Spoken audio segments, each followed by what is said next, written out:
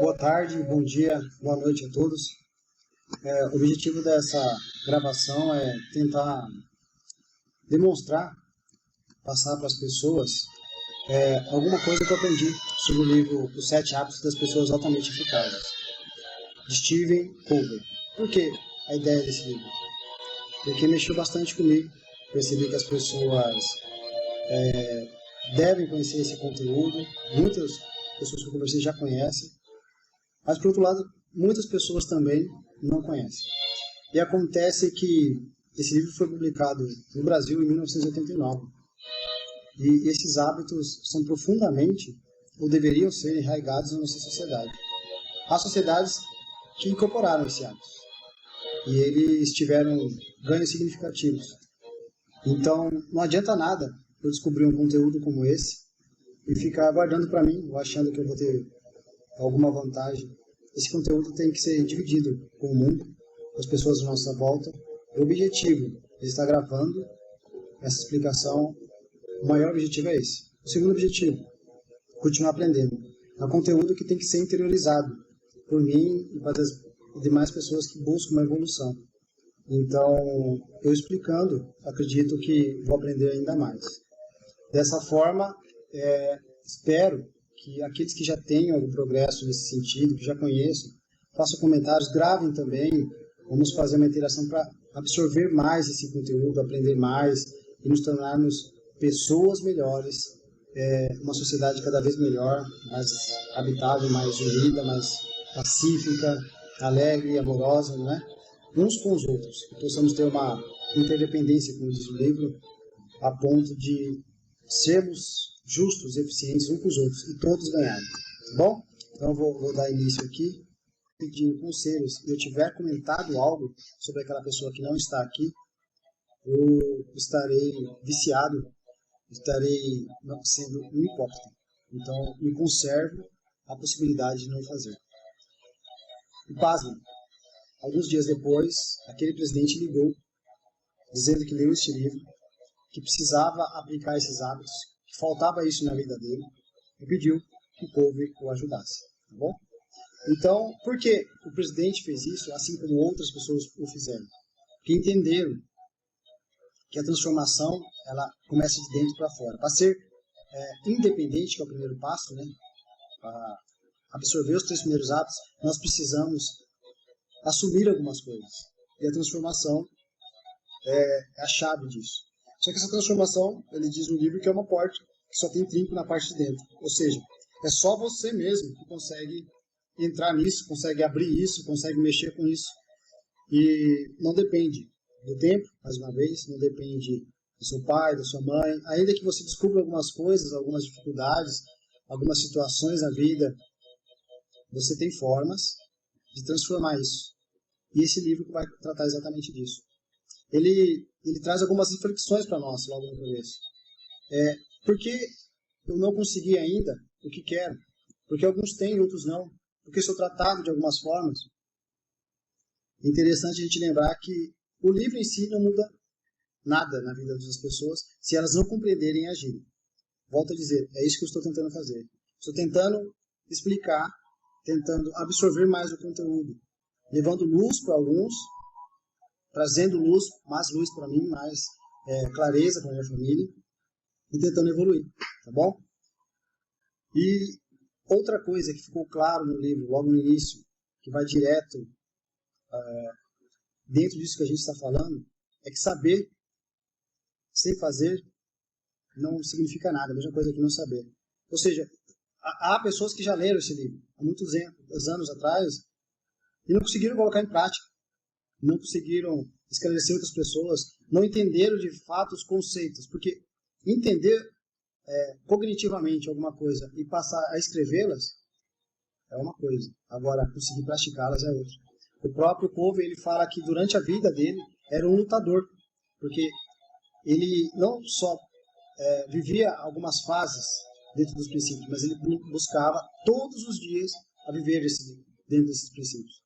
Nem sempre era fácil, alguns eram particularmente difíceis para ele, em específico os 5, a gente vai chegar lá, e eu posso ter a mesma dificuldade dele no hábito 5, posso ter uma dificuldade maior em outro hábito, mas o fato é que nós devemos nos condicionar, nós devemos aprender, interiorizar essas coisas para que possamos mudar alguma coisa fora.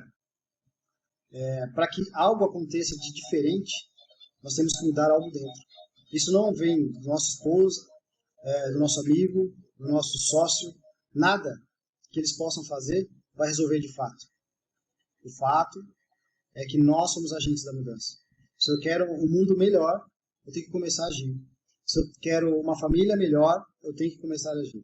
E agir não significa xingar, agir não significa mostrar que eu discordo, agir não significa colocar placas no mundo, significa, de fato, uma transformação, uma compreensão, uma doação, um amor, muitas vezes, de dentro para fora. E isso é libertador. Então, essa primeira aula, esse primeiro vídeo, né, buscarei fazer outros, até esgotar os assuntos. Quem tiver dúvida, vai perguntando.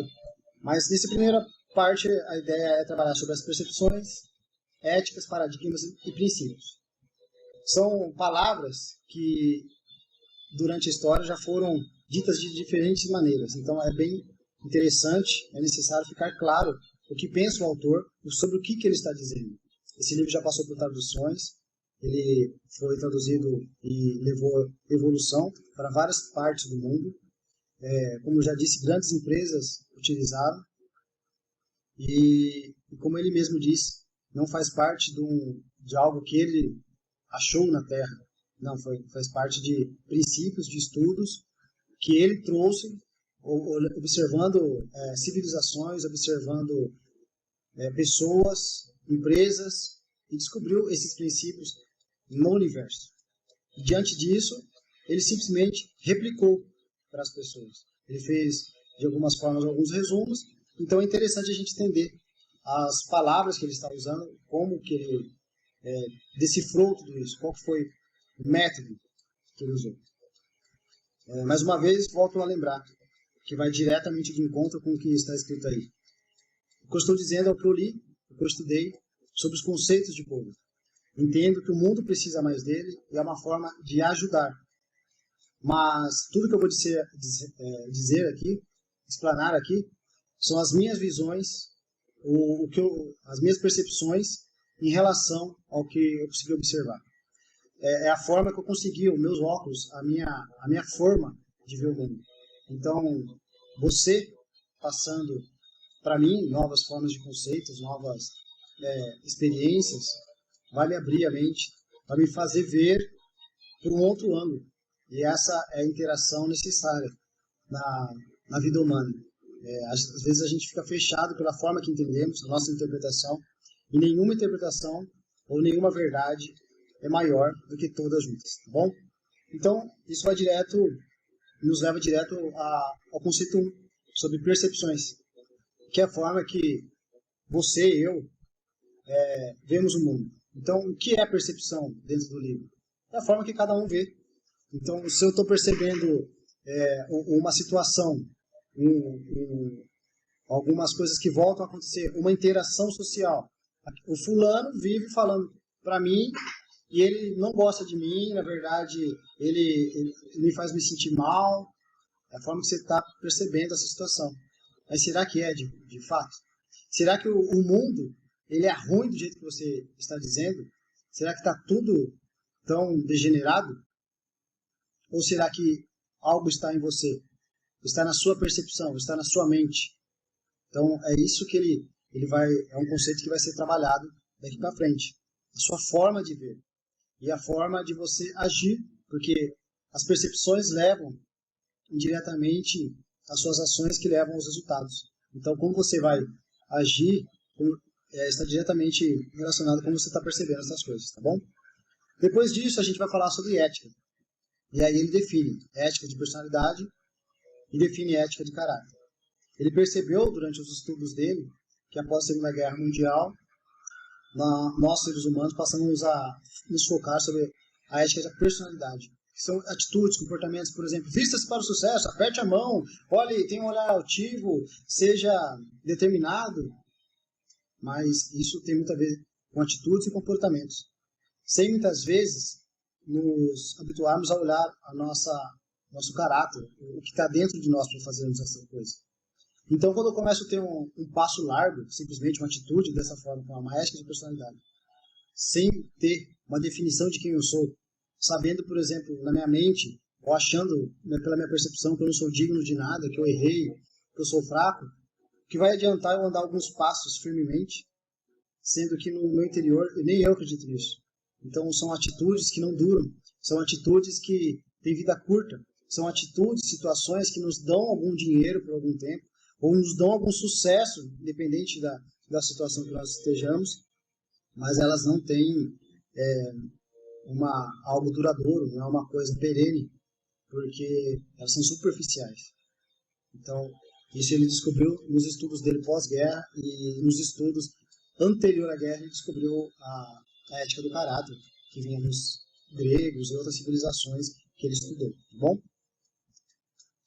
E dentro disso, as éticas, né, ele fala muito de paradigmas, que levam as nossas percepções, tá?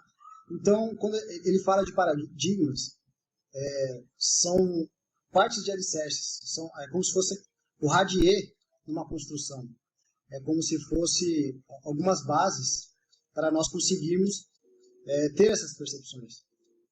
Por exemplo, se eu acho que todo mundo tende a me enganar, então quando alguém vem me conhecer, eu já vou ficar atento com ela, não vou conseguir estar livre, não vou ser como criança. O próprio Jesus dizia, deixe vir a mim as criancinhas. Será que ele estava dizendo só das crianças, que elas deveriam chegar a ele, abraçar ele e ficar perguntando para ele?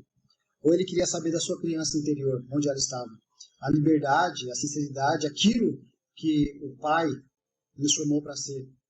Será que não estava dizendo e chamando essas crianças? Ei, você que era livre. Ei, você que tinha alegria em ajudar. Ei, você que tinha alegria em brincar. Você que tinha uma alegria em abraçar. Será que você não criou paradigmas porque alguém rejeitou o seu abraço e acha que agora todos vão rejeitar? Tem essa percepção que alguém está te rejeitando e isso vai gerar resultados como você está fechado? Então, o paradigma está diretamente ligado dessa forma, a gente vai aprofundar também. E os princípios? Princípios são diferentes de valores. Lógico, mas lógico a quanto? O que são valores, que são princípios? Os princípios que ele deixa escrito, que nos levarão a uma sociedade, a pessoas melhores, a pessoas mais evoluídas, estão diretamente ligadas às leis universais. Ele percebeu que, assim como a gravidade, algumas leis que não estão escritas, elas ocorrem. E engraçado que a gente lendo alguns princípios, a gente vai ter tempo para conversar sobre isso, a gente acha muitos desses princípios em Provérbios, a gente acha alguns desses princípios na Cabala, a gente acha outros desses princípios em Bhagavad Gita. Então, de fato, são princípios universais. E a gente vai falar mais sobre eles, tá bom? Então vamos passar aqui, começar a nossa reflexão. Porque, como o Sócrates dizia, ainda que tudo exteriormente nos leve e nos dê conceitos, nos dê paradigmas, não é assim? Ele falava que a maior resposta está dentro de nós. Sócrates fazia a maiêutica, com perguntas e respostas, até que cada um dissesse a verdade. A verdade que lhe cabia. Por que a verdade que lhe cabia? Porque a minha verdade, como já foi dito, não é a mesma que a sua. Nós fazemos parte do todo. O todo é o Cristo, é o Senhor do universo, é o próprio universo para quem não acredita em Cristo. É a mesma coisa que dizer que um lado ou outro tem a verdade. Bem provavelmente os dois têm a verdade, não apenas um. E se os dois se integrarem, estarão mais próximos de todo. Então cada ser humano tem a sua verdade. E é isso que Sócrates fazia com a maiêutica. Ele ia fazendo perguntas, até que cada um chegasse à resposta que ele cabia. Então, a percepção nos leva a algumas reflexões logo de cara. Como você percebe seu trabalho? As pessoas lá gostam de você? Você se sente bem? Ou você acha que estão sempre puxando seu tapete? Você sai de uma empresa porque alguém está querendo puxar seu tapete, ou vai para um lado, vai para o outro, e chega em casa, está um ambiente ruim, a mulher está querendo que você trabalhe, ou o esposo está reclamando de alguma coisa, sendo que você já teve as dificuldades do dia. Qual a percepção que você tem? Será que estão te sugando no serviço e em casa? Será que você tem tempo para um, para outro? Como você percebe a sua esposa e seu esposo? Tantas reclamações, tantas divisões, e não é a mesma pessoa que você pediu em casamento, ou que você aceitou o casamento.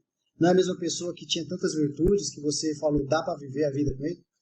O que acontece agora na percepção que talvez não seja tão bom?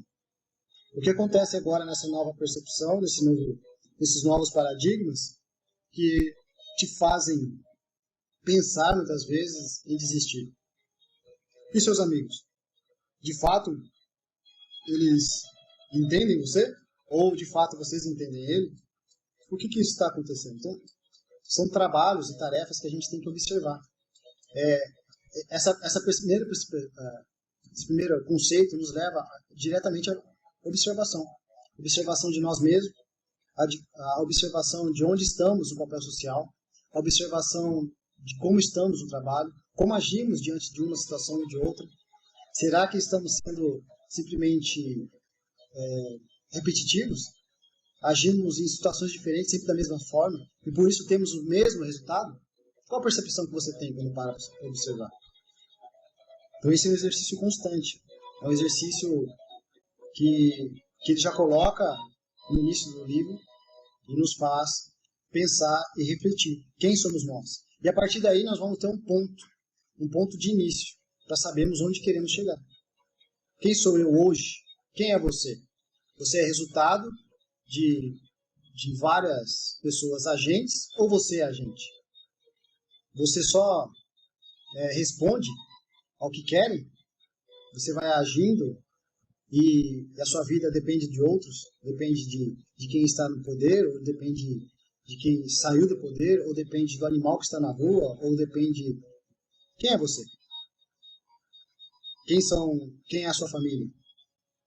Qual a sua essência? O que você veio fazer nessa terra? O que as coisas no serviço, na sua casa, as pessoas sempre pedem para você? Onde você sempre cai? Repare, a vida ela é um ciclo. E há ciclos dentro do ciclo. As pessoas sempre te rejeitam? Você sempre é maltratado? Ou você sempre tem sucesso? O que a vida quer te dizer? Quais as provas que lhes são impostas? E se lhes são impostas, você tem passado nas provas? Ou elas sempre se repetem, sem ser uma espiral ascendente, mas um ciclo vicioso, e às vezes até descendente, que você vai se enchendo, vai desistindo de tudo. Como que você agiu a primeira briga de trânsito quando alguém mandou você pastar, ou sair da frente, ou prestar mais atenção? E como você reage agora? Houve evolução? Houve involução? Você melhorou? Você piorou? Você nunca teve esse tipo de problema? Quem é você? O que pega mais na sua vida? Então, mudar a situação significa mudar a si mesmo e mudar a sua percepção. Então, para mudar essa percepção, eu tenho que saber qual é ela. O que eu percebo? No livro de inteligência emocional, um dos mais famosos, de Kahneman, ele fala no começo do livro, ele dá o exemplo do trânsito, que é o que veio em mente agora, né? Ele fala que a pessoa está no trânsito, de repente um xinga, outro xinga, e a pessoa fica irritada. Mas e se você se colocar nessa situação e imaginar que a pessoa que cortou sua frente, ou buzinou, ou pediu a licença, ou fez uma barbeiragem, está na verdade socorrendo alguém no trânsito? Muda um pouco a sua percepção, né? Então isso aí já é mexer com os paradigmas, tá bom? Mas a gente vai chegar lá. Só usei esse exemplo do outro livro porque é o que já tinha vindo à mente. E depois da percepção a gente vai entrar nas éticas, né? Que a gente já tinha comentado. E ele fala então da ética da personalidade, que são as atitudes, os comportamentos que cada um tem. E que passou a ser, muitas vezes, motivo de treinamentos, motivo de de estudos, motivos de conversas, de reuniões. Não, porque você vai ter que atender o seu cliente com um sorriso no rosto. Você tem que ter uma boa vestimenta, você tem que andar assim ou assado, o seu corte de cabelo tem que ser tal, a sua barba tem que ser de tal jeito, o seu perfume, o seu olhar tem que ser incisivo, o seu caminhar deve ser firme. E até que ponto isso é importante? Até que ponto eu tomar um banho frio, ou até que ponto eu levantar mais cedo todo dia, vai interferir de fato na minha vida. Se eu não adquirir o caráter correto, isso aí não vai durar muito. Então, são coisas importantes, sim, ele diz no livro, mas elas são secundárias. Antes de você mexer com a personalidade e a forma de agir, você tem que ter algo dentro de você que te motive, algo que gira a sua roda interna, algo que faz te mover e diga um sim tão grande para você todas as manhãs, diga um sim tão grande para você todos os momentos, em todas as decisões, que você não será capaz de não dizer não para as outras coisas. Você vai conseguir sim dizer sim ao acordar e dizer não para o soneca. Você vai conseguir sim dizer sim para um banho gelado, se for o caso, e negar o seu desejo de um maior conforto. Vai depender do que está dentro de você. E isso chama-se integridade. E isso a gente já está falando da ética do caráter, que é o que está dentro. É exatamente a sua integridade. Então, quando você, por exemplo, dá um aperto de mão, se sentindo confiante de fato, isso está dentro de você, que você é merecedor de algo, aí sim eu tenho as duas coisas unidas. Aí sim a ética da personalidade ela é válida. Porque dentro de você, você já arrumou o que tinha que arrumar. Então, essas dois tipos de éticas, elas têm que estar bem definidas, para que você não caia no erro constante e de muitas pessoas de começar algo e parar. Não adianta eu começar a tentar arrumar as coisas de fora para dentro. O importante é você arrumar de dentro para fora. Arrumar a sua casa primeiro. Arrumar a sua cama primeiro. Arrumar o seu ser primeiro para conseguir mudar alguma coisa fora. E você não vai mudar nada fora dando ordem, mas é agindo, é dando exemplo, é sendo íntegro. A integridade está exatamente aí. Em estar belo por dentro, estar belo por fora. Manifestar esta beleza. É ser rico por dentro, manifestar a riqueza por fora.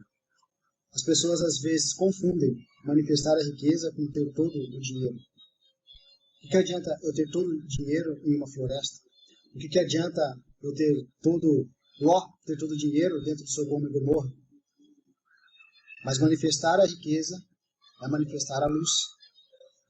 E há momentos que essa luz pode vir em matéria e pode vir também em atitudes, em resplandecer. Muitas vezes a riqueza sua pode ser manifesta ajudando o pobre, ajudando as pessoas. Talvez na situação de Sodoma e Gomorra, ela não tivesse mais condições de manifestar uma riqueza com um castelo, com grandes, dos melhores camelos do reino,